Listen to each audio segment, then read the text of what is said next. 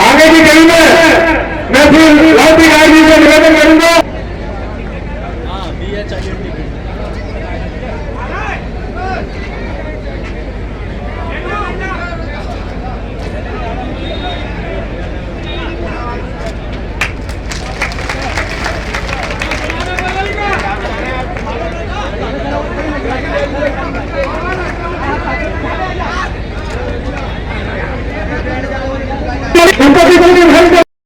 मैं आपसे संख्या में निवेदन करता हूँ, इस देश की संस्कृति को बचाने के लिए, इस देश की सीमाओं की रक्षा के लिए और इस देश में जितने कारीगर तत्व हैं जो पढ़ रहे हैं, बताइए संस्कृति को ले आज की संस्कृति को नष्ट करने का जो कुछ किया गया है उसे संस्कृति की रक्षा हम बोलेंगे।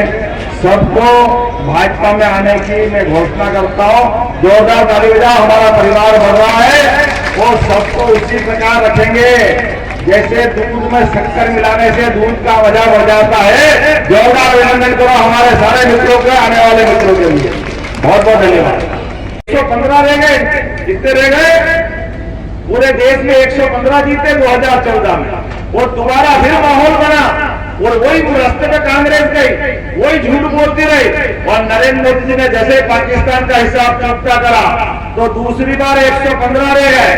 और मान के चलो अब की बार तो आप सबके जीवन में कोविड का खराब समय आया कि नहीं आया था?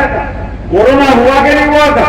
कोरोना में लोग घर से नहीं निकल रहे थे, भाई को भाई हाथ लगाने को तैयार नहीं, पूरे देश में हाहाकार मची, रेल बंद, बस बंद, सड़क जाम, लोग घर के अंदर बैठे, ऐसी बीमारी कि डॉक्टर के पास भी इलाज नहीं था। लेकिन मुझे इस बात की खुशी है, नरेंद्र मोदी जी ने कहा कोई बात नहीं, आप घर में रहिए। लोगों ने कहा खाएंगे किसको टीके लगे? हाथ खड़े कर बताओ जिनको टीके लगे, आप बताना भैया सबको टीके लगे कि लगे? कोई से 2 रुपए भी लिए क्या? किसी से 2 रुपए लिए क्या? आप याद करो 17 लाख साल पहले भगवान राम का काल, जब लखनलाल को मूर्छा हो गई तीर लगने से युद्ध में, तो संजीवनी बूटी लेने के लिए हनुमान जी पूरा पर्वत लाए कि लाए? और हनुमान जी महाराज की उस काल में भी हनुमान जी ने बचाया था।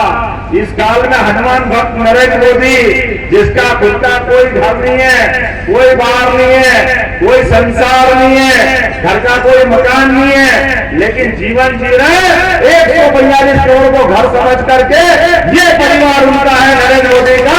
हमें इस बात का गर्व है।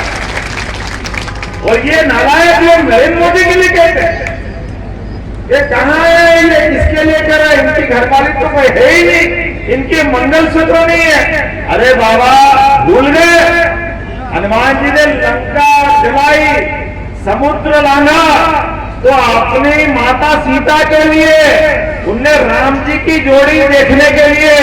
ये संस्कृति हमारी है कि माता बहनों का सम्मान हम करें, अपने लिए जिए तो क्या जिए।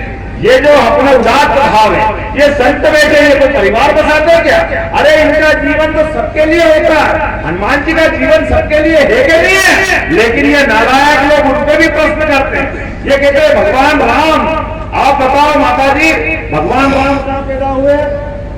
कहाँ पैदा हुए? आप बताओ कहाँ पैदा हुए?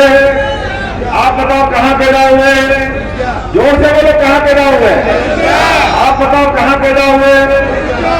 आप बताओ कहाँ पैदा हुए? आप बताओ, आपको मालूम अयोध्या में पैदा हुए?